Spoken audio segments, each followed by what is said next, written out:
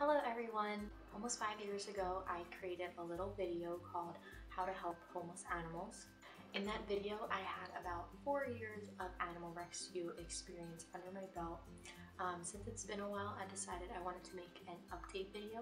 I now have 9 years of experience and there are a lot more things I would like to add that either 5 years ago me forgot or didn't even think to mention. So without further ado, let's get into the video.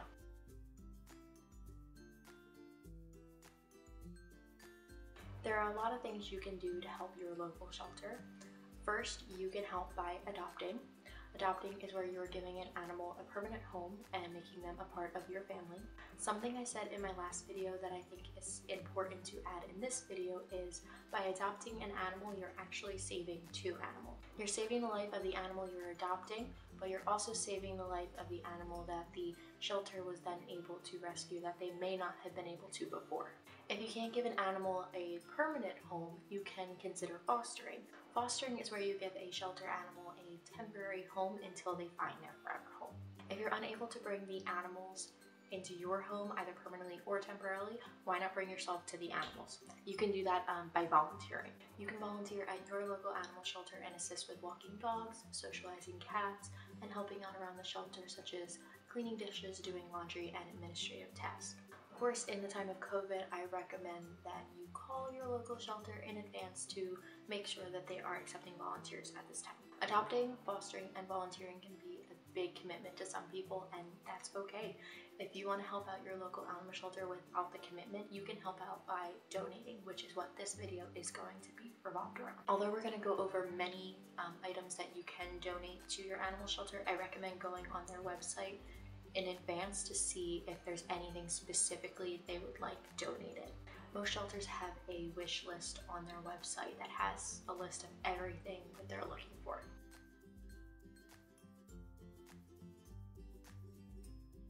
The first thing we're going to go over is donating food. So you can donate dog food, cat food, and even small animal food.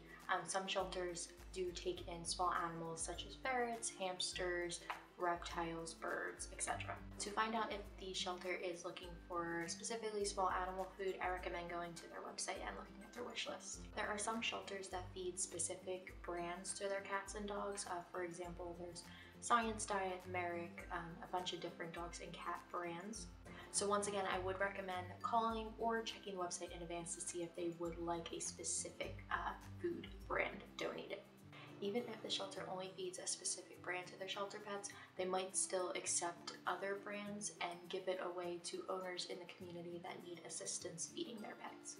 There are many different foods out there in the pet world, and it can be a little intimidating for some people. So the best rule of thumb is the cheaper the food is, typically that means the less quality ingredients the food might have. Don't worry though, there are a lot of foods out there that are decent quality as well as affordable. Some examples I would give for that are Merrick, Simply Nourish, Natural Balance, Wellness. There's a lot out there. Most food is split up by age, so there's puppy and kitten food, there's adult food, and then there's senior food, and then there's also what is called all life stages.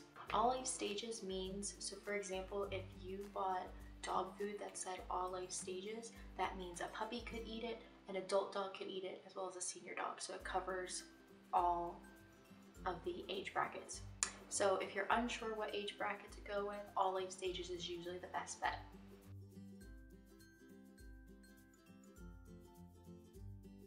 You can also donate treats. Treats are very important and valuable in the shelter world because the staff as well as the volunteers use the treats to help train the animals and make them the best animals they can be to be adopted out. It's important the shelter has a variety of different treats because different animals like different treats. We're going to break the treats up into a few categories that you can choose from. First, we have crunchy treats. Crunchy treats is exactly what it sounds like. They are crunchy and harder for the animals to chew. Then there are also soft treats, so they're the exact opposite of crunchy treats. They're a lot easier and softer for the animals to chew. When it comes to choosing between crunchy versus soft treats, I definitely recommend soft treats. Soft treats are easier for animals who are older, who may have sensitive teeth or no teeth. And it's also, in my personal experience, I have learned that most animals prefer soft treats. You can also donate specific safe human foods that are valuable to animals. So for example, for the dogs, you can donate peanut butter, cheese, liver, hot dogs, and for the cats, you can donate tuna as well as baby food. Yes, you heard that right, baby food. Baby food is actually very valuable for volunteers and staff when they're working with cats who are a little under-socialized and need help opening up. Just please remember to call ahead of time if you are planning on donating any treats that are perishable to make sure that the shelter has the appropriate space for them. Lastly, you can go the homemade route. Homemade treats are an inexpensive way to still help out your shelter by giving them treats but not having to go to the store to buy them. There are recipes available online that you can follow to create your own DIY dog or cat treats. One thing I highly recommend if you do go the homemade treat route is writing down a list of ingredients and giving that list of ingredients to the shelter when you're dropping off your homemade treats. There might be an animal who is allergic to something specific in those treats that you made, so it's important that the shelter knows exactly what is in the treats.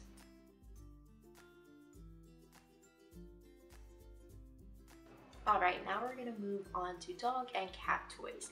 We're going to break these toys up into two categories. You can either donate homemade toys or you can buy toys from the store. DIY toys can be a really fun alternative if you don't want to buy new toys and you don't have any gently used toys to donate. Some DIY toys include plastic bottle tub toys, making rope toys out of old shirts, making cat wands, and making cat scratchers. I'm hoping to make my own videos on how to make DIY dog and cat toys as well as DIY dog and cat treats. So if you're interested in seeing videos like that, please let me know in the comments below. If you do decide to go down the store-bought route, I do recommend for the cats purchasing cat wands, cat tracks, cat tunnels. For the dogs, I recommend Kongs, toys with squeakers, Nylabone, tennis balls, treat dispensers, and puzzle toys. Kongs and Nylabones typically come in sizes, so if you decide to go down either of those routes, I recommend buying the bigger sizes because shelters usually have bigger dogs.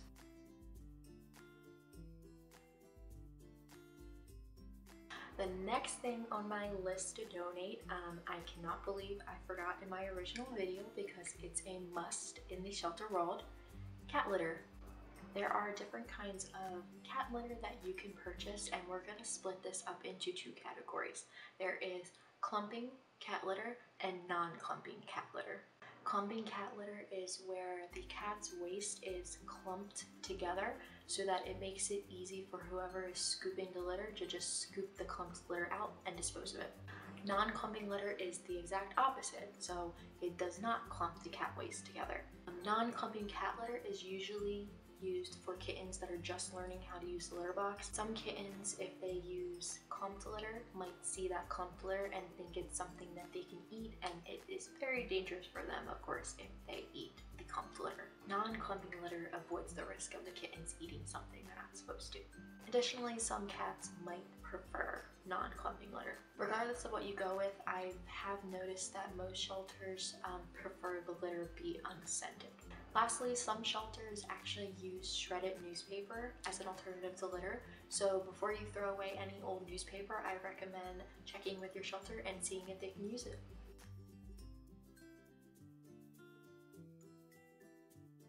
You can also donate blankets, sheets, and towels. The shelters can never get enough of these. The blankets and sheets help with keeping the animals warm in their kennel while they wait for their forever home, and the towels will help with if the animals are getting baths. Towels help with keeping the animals dry and helping with other cleaning tasks.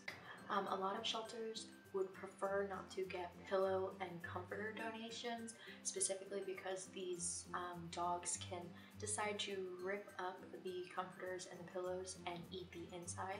Of course, this varies by shelters, so I recommend you reach out to your local shelter and see if they will accept any comforters and pillows if you have any. When it comes to donating blankets, sheets, and towels, you can either donate gently used ones that you don't use anymore, or you can buy new at the store.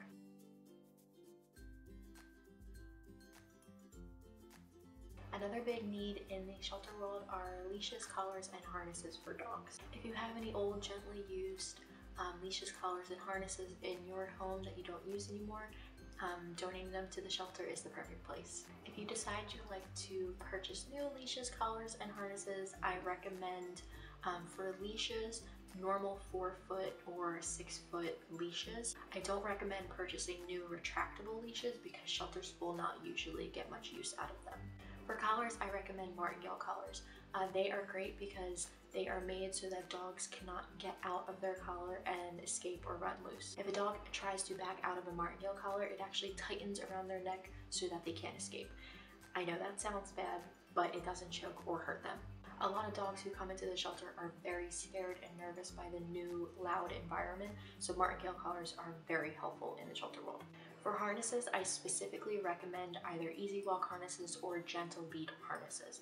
Easy walk harnesses are great for dogs that need help walking on a leash, so they might be strong, they might be pulling a lot. An easy walk will teach them how to walk nicely on a leash.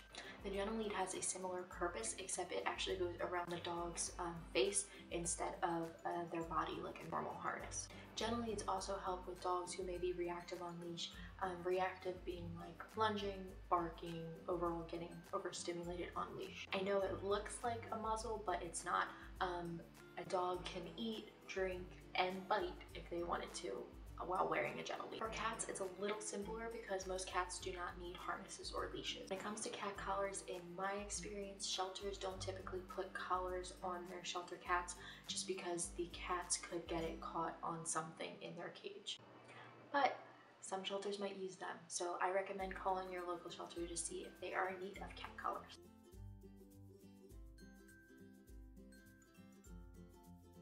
Another thing I'd like to add that didn't really fit into my other categories but are still very important are dog waste bags. I think they're pretty self-explanatory as to why. They're also a pretty affordable item to donate because they can be found at any dollar store.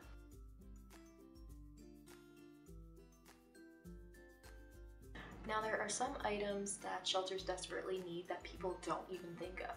This includes office and cleaning supplies, so I once again recommend going on their wish list before you pick anything specific because they probably already have a list of what they need, but some examples are printer paper, pens, sticky notes, paper clips, rubber bands, binder, window cleaner, paper towels, disinfectant wipes, and hand sanitizer.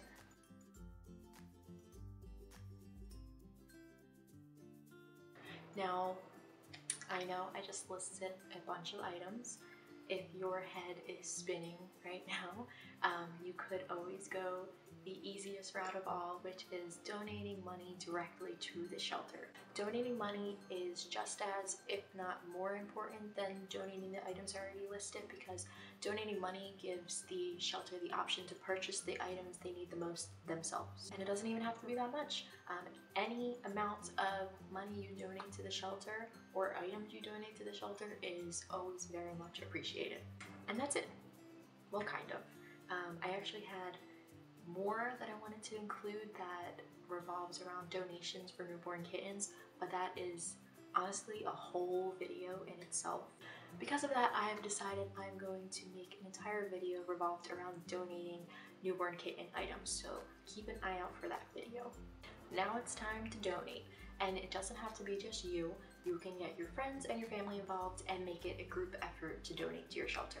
You can have a social distancing donation drive and encourage your neighbors to donate. You can also do a Zoom party with your friends where you guys get together virtually and create dog and cat toys together or bake dog and cat treats together. You can even do something as simple and easy as creating a Facebook fundraiser where your friends and family can donate. You can pick which shelter you'd like to donate to, and the funds go directly into helping the shelter. Thank you all so much for watching this video. I hope you guys found it very informative and helpful. If you did, please consider giving this video a big thumbs up, as well as subscribing to my channel. I plan to make more videos like this revolved around making DIY toys, making dog treats, cat treats, as well as reviving my shelter donation hauls. Please also check out my other YouTube channel that I plan to post miscellaneous videos that just don't fit into this channel. I will leave a link down below for that. Thank you all so much for watching, and I'll see you in the next video. Bye!